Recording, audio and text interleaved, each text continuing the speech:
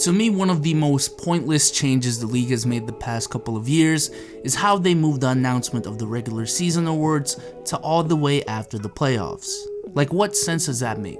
I get it now, there's a whole award show and everything, but man, no one's gonna care about these awards after a whole 2 months of playoff basketball that doesn't even get counted in the awards. Anyways, I'ma stop ranting. A couple of months ago, I made a video on my mid-season awards, and it would only be right to finish that series by making a video on my final end of the year awards. But before we get into that, let's give a shout out to our sponsors over at SeatGeek. SeatGeek is an app that gets tickets from all over the web and puts them into one app so you can find the best prices for all of your event ticketing needs. I use it to go to the Thunder Celtics game this year, and I actually did use SeatGeek to go to the game because we found the best deal on the app. You can check your seat before you go, check prices with ticket fees included, which is a very underrated feature, and the app is just very simple and intuitive to use. And thanks to the people over at SeatGeek, you can use the code BSOLZ for $20 off your first order. Check the description for links to download the app on your iOS or Android device. But without further ado, let's run through my 2019 NBA season awards. Rookie of the Year, Luka Doncic. Your 2019 Rookie of the Year is Luka Doncic. I honestly thought that Luka was going to be one of those unanimous Rookie of the Years, but I must admit Trae Young really did come back from a horrendous start to make it a legitimate race. However, I am the type of person that looks to reward consistency. And while Trae has been arguably better than Luka the second half of the season, Luka had an amazing start to the season and continued playing well for the second half of the season, albeit possibly not being the best rookie for that second half. Luka Doncic would finish the year averaging 21 points, 8 rebounds, 6 assists on 43% from the field, 33% from 3, and 70% from the line. He would lead the Mavs to 33 wins, 9 more wins from the previous season, and with the combination of him and Porzingis and some cap space, the post-Dirk era for the Dallas Mavericks is looking very bright.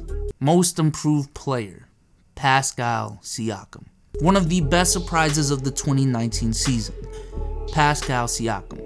In his third year, Siakam has transformed into one of the league's bright young stars after not really being looked at like that his first 2 years. And rightfully so, as just last year, he was only getting 21 minutes, only started 5 games of the season, and averaged a mere 7 points. But in a matter of a year, Siakam has transformed into one of the best defenders in the league and being a really efficient scorer, as this year he averaged 17 points and 3 assists on 55% from the field, 37% from 3, and 79% from the line, as well as 7 rebounds to go along with it.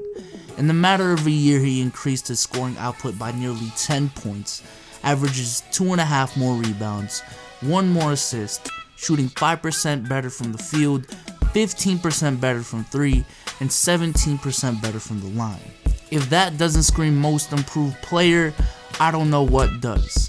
However, I do just want to give an honorable mention to D'Angelo Russell, who massively improved this year as well, and is now one of the best players in the East after everyone doubted his future in the past couple of years. Sixth Man of the Year, Lou Williams. 6 men like Lou Will. No one even comes close to Lou Will this year. I just want to ask you guys this.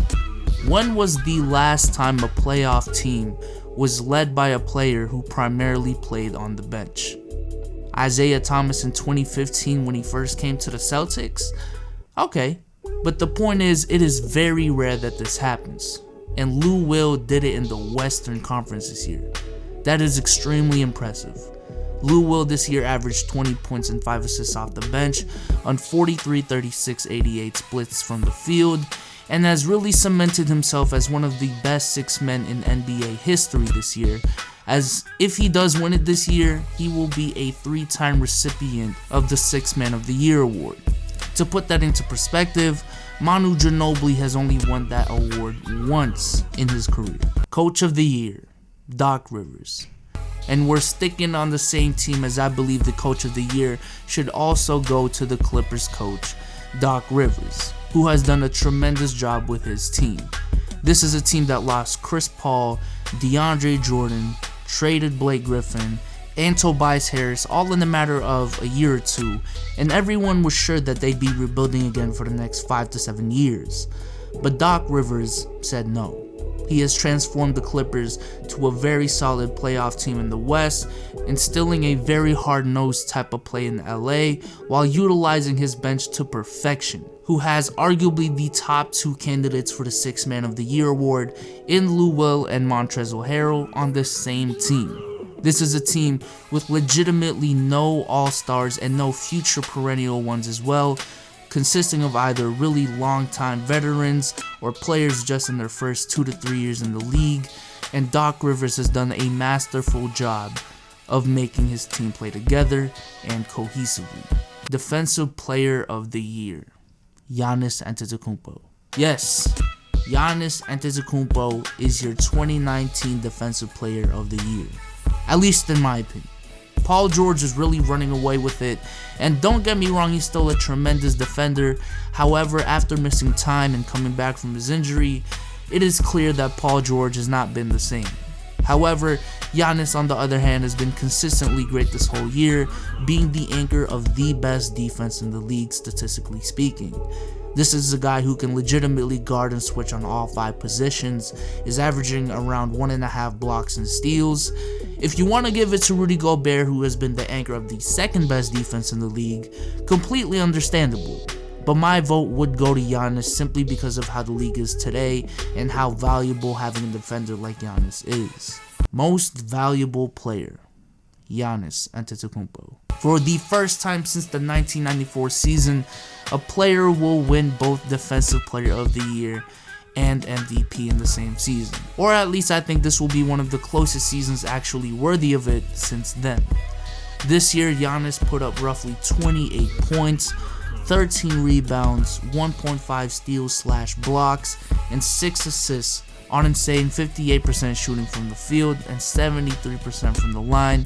And while his percentages from 3 don't agree, he has actually made some serious strides in his 3-point shooting.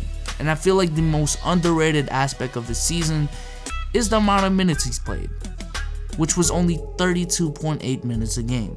To put it into perspective, he is putting up numbers on a rate where if he played 36 minutes a game, he would be putting up 30 points, 14 rebounds, a steal and a half, and 2 blocks a game.